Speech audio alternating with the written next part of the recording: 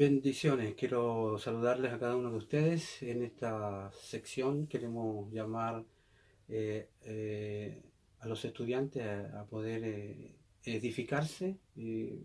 Queremos ponerle un nombre que nos identifique como discipulado para el crecimiento espiritual del estudiante. Eso es lo que vamos a comenzar a hacer y esta es nuestra primera lección. Lo más básico que quisiera mencionar tiene que ver con el plan de salvación. Y en el plan de salvación quiero hacer un cuadro con una idea equivocada y con una conclusión equivocada. Queremos comparar algunas cosas. Primero, cuando la idea equivocada dice que el hombre es generalmente bueno, y obviamente la conclusión equivocada es que nos conduce a una educación anti-cristiana, anti-autoridad. Segunda idea equivocada es que la vida comienza después del tercer mes de embarazo. ¿Y cuál es la conclusión? Que esta idea lleva al aborto. También otra idea equivocada es que yo no necesito a Dios y lleva a una vida sin principios morales. Así que la decisión más importante es que podamos tomar algún día, en este caso, nuestra relación con Dios lo más fuerte posible, con su Hijo Jesucristo, y esta decisión y obviamente relación afectan grandemente la vida en todas sus áreas y aspectos, y obviamente la ponen sobre una base muy firme. Vamos a considerar 5 puntos que debemos tener en cuenta para tomar esta decisión. Entonces, lo primero es la condición del hombre. Eh, y aquí hay que ver exactamente el tema cuando realmente quiénes somos nosotros, ¿ya? Lo primero es que el hombre es pecador. Según la Biblia, el hombre es pecador. Todos nosotros somos pecadores. Y pregunta, ¿qué es lo que es pecar? Y pecar es, algunas definiciones, podríamos decir que pecar es no dar en el blanco, según Romanos 5:12. O también pecar es menos que la perfección. O también podríamos decir que pecar es sobrepasar o traspasar una línea, o sea, transgredir. Y 1 Timoteo 2:14 nos indica algo como esto. Otra cosa que el hombre está destituido de la gloria de Dios. Ustedes conocen ese versículo que sale en Romanos capítulo 3:23, ¿ya? Vamos, ahora hay un detalle ahí muy importante. ¿Cuál es el resultado del pecado? El resultado del pecado es la muerte. O sea, sabemos que el hombre morirá, ¿no? Romanos 6:23. Entonces, y aquí cuando podemos explicar lo que es la paga es una recompensa, la paga es el salario. Y en todo el mundo hay leyes como la ley de la gravedad. Si usted suelta una piedra desde el quinto piso, la piedra sí o sí va a caer. Esa es una ley. O también está la ley de Gálatas, según capítulo 6, verso 7. Lo que el hombre siembra, eso también segará. Son leyes que no pueden ser cambiadas. O también podemos decir que en las matemáticas 1 más 1 siempre va a ser 2. Así que también podríamos mencionar en esto las clases de muerte que hay según la Biblia. Las clases de muerte hay varias. Primero está la física. ¿Cuál es la muerte física? Es la separación entre el cuerpo y el espíritu y el alma, según Génesis 3:19. También está la muerte espiritual, que es la separación entre el hombre y Dios. O sea, no hay comunión espiritual con Dios, aunque se vive físicamente, pero no hay comunión con el Señor. Ahí Lucas capítulo 15, verso 11, esa nos dice esta muerte espiritual. Y obviamente está la muerte eterna, que es separado de Dios por toda la eternidad. O sea, ya entonces probamos ya la muerte física, en este caso, cuando esto les va a llegar a todos, ya algunas personas en alguna oportunidad no van a gustar la muerte, porque cuando Cristo venga, ¿no es cierto?, algunos van a estar con vida. O sea, mucha gente va a estar con vida, pero hay una cantidad enorme de personas que ya han partido a la presencia del Señor. Y la espiritual, ¿no es cierto?, es cuando el hombre no conoce prácticamente al Señor y no tiene ninguna relación con Dios. Y la muerte eterna es cuando ya ha muerto, pero después de un juicio, sencillamente va eternamente separado de Dios para siempre a un juicio, en este caso a un lago de fuego y en forma permanente. Eso está en Apocalipsis capítulo 20, más o menos del 14 al 15. Así que quiero hablar también del amor de Dios. Por ejemplo, Dios quiere salvar al hombre, y eso lo tenemos muy claro en Juan capítulo 3, verso 16. Porque de tal manera amó Dios al mundo, ¿no es cierto?, que dio a su Hijo unigénito para que todo aquel que en él crea no se pierda, sino que más tenga vida eterna. De hecho, el enfermo no pasa por alto al médico, porque sabe que lo necesita. Entonces, igualmente sucede con el que sabe que pecó y reconoce que necesita ayuda. O sea, él pone atención a la oferta de Dios. Entonces, si tenemos una enfermedad y descubren una cura, nosotros vamos a ser más felices que los que no la tienen. Así que es muy importante esto. Ahora, veamos un poquito lo que es religión. Religión sencillamente es el ensayo del hombre para llegar a Dios y tener paz con Él. O sea, contiene opiniones y enseñanzas especulativas de cómo llegar al Señor. Y al final el hombre quiere recibir la gloria por su esfuerzo y sabiduría, por haber podido reparar él mismo el daño que hizo. O sea, eso es religión, o sea, buscar a Dios por medios humanos, eso es religión. Entonces, según Efesios capítulo 2, 8 al 10. Entonces, también está Evangelio. Dios viene al hombre, esa es la diferencia entre religión y el Evangelio. En el Evangelio Dios busca al hombre y Dios se muestra al hombre, Dios se revela al hombre, Él es la respuesta de Dios a todas las religiones y no es tener y creer en una idea o filosofía sencillamente, es tener una relación personal con una persona que se llama Jesús. Entonces, la pregunta que podemos hacer, mucha gente se pregunta, ¿por qué deja Dios que el hombre se pierda? Entonces, más bien debemos preguntar, ¿por qué el hombre rechaza tan grande amor de Dios para ser salvo? Esa debiera ser la pregunta. Entonces, Dios hizo todo lo necesario para salvar al hombre. Todo lo necesario. Hay una segunda pregunta también.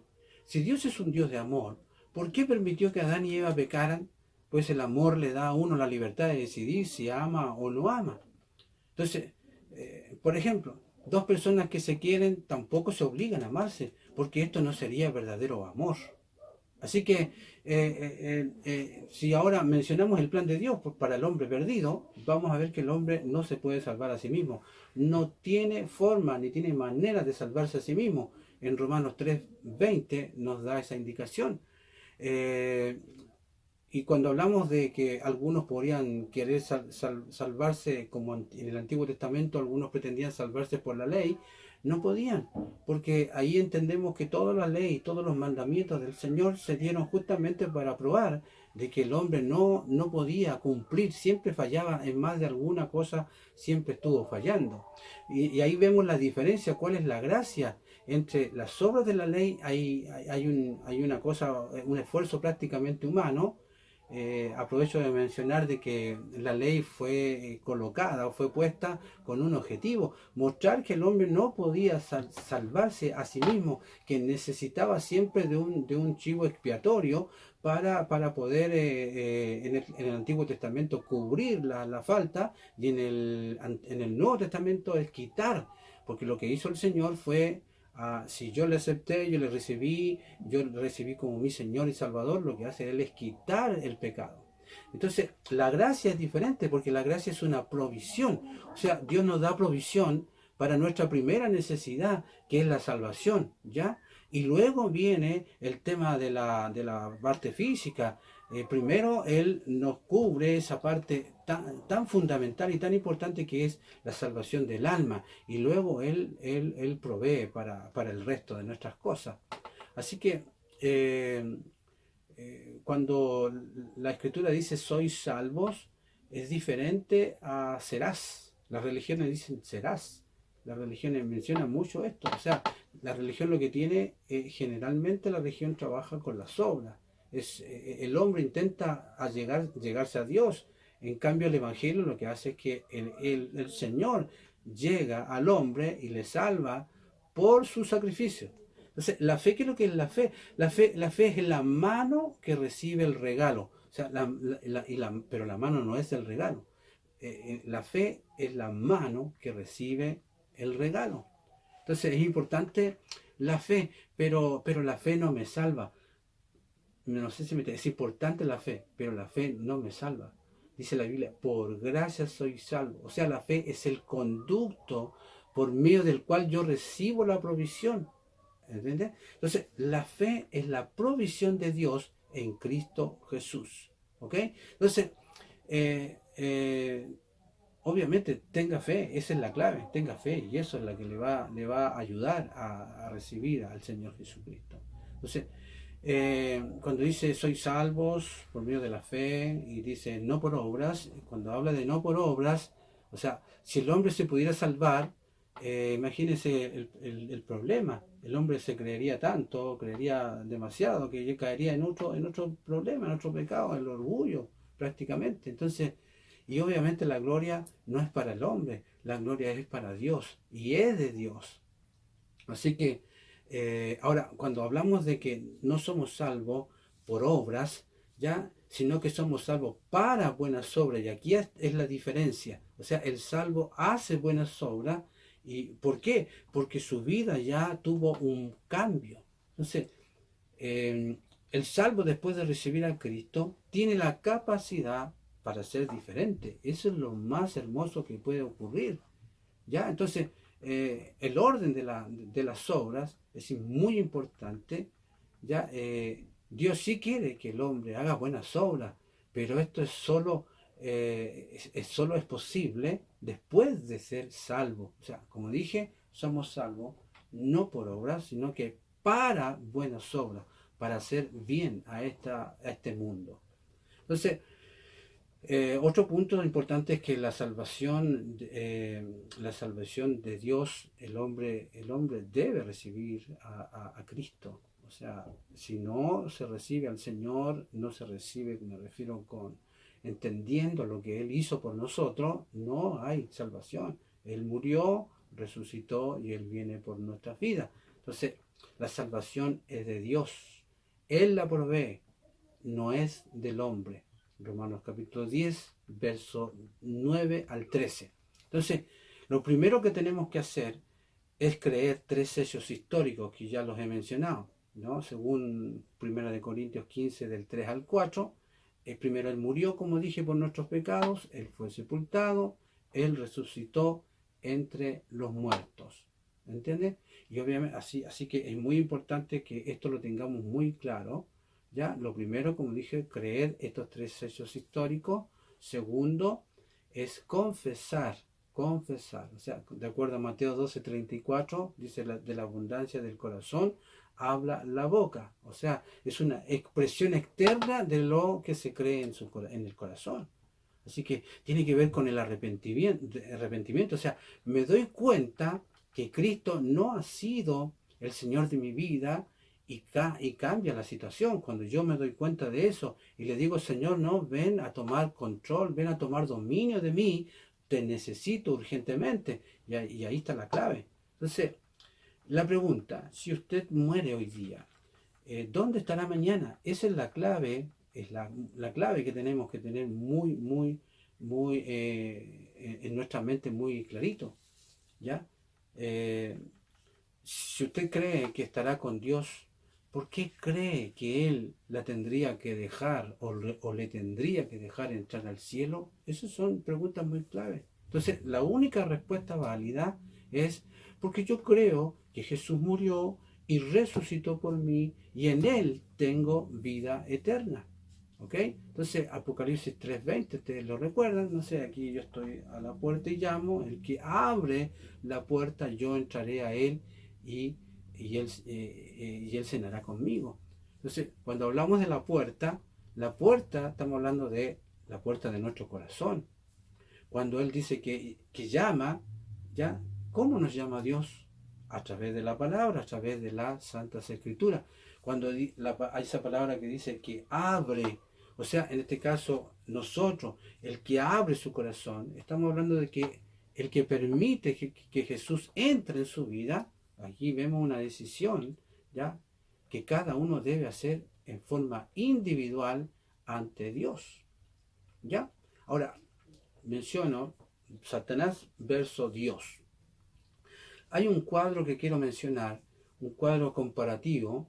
Hay algunas mentiras de Satanás y algunas verdades, y obviamente hay verdades de Dios que contrarrestan estas mentiras. Cuando dice, el enemigo dice que el hombre es básicamente bueno, hay gente que se cree que es muy buena. La verdad de Dios es que toda persona es pecadora por nacimiento y por elección, según Romanos capítulo 3, verso 10 y verso 23. Otra mentira también es que el buen Señor pasa por alto nuestras faltas. Hay gente que dice que no, esta persona es tan buena que no va directo al cielo, y no es así.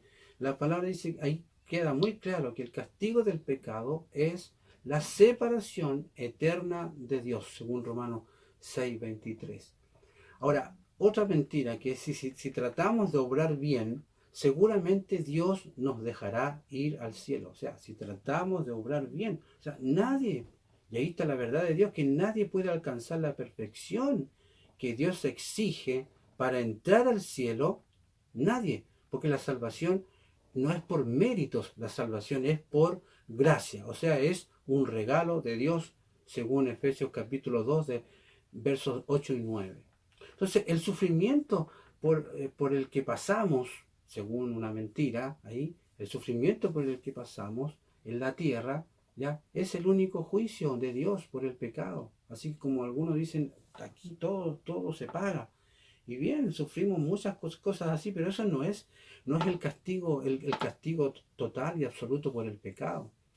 La verdad de Dios es que Dios demostró su amor por nosotros, y ahí eso está muy claro. Envió a su Hijo para que pagara el castigo eterno por nuestro pecado. Entonces, el único sacrificio válido es el de Jesucristo. Entonces, Él murió y pagó mi cuenta al contado.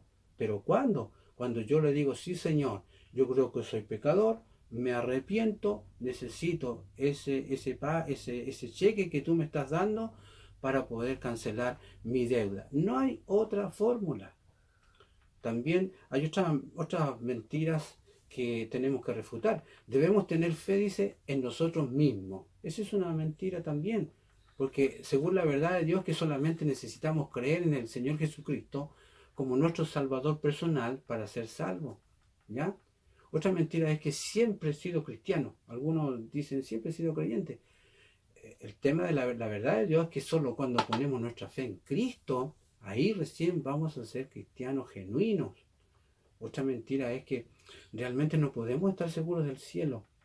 Hay gente que dice, no, yo no puedo estar seguro, pero según la verdad del Señor, ahora sí podemos saber que tenemos vida eterna. ¿Cuándo? Cuando Cristo ingresa y entra al corazón del ser humano. Yo quería agradecerles este tiempo, este momento. Esta es nuestra primera lección, es muy básica, tiene que ver con entender que somos pecadores y la necesidad que tenemos de Dios y la gracia enorme que el Señor ofrece a su pueblo. Muchas gracias, mucha bendición. Hasta la próxima clase de discipulado.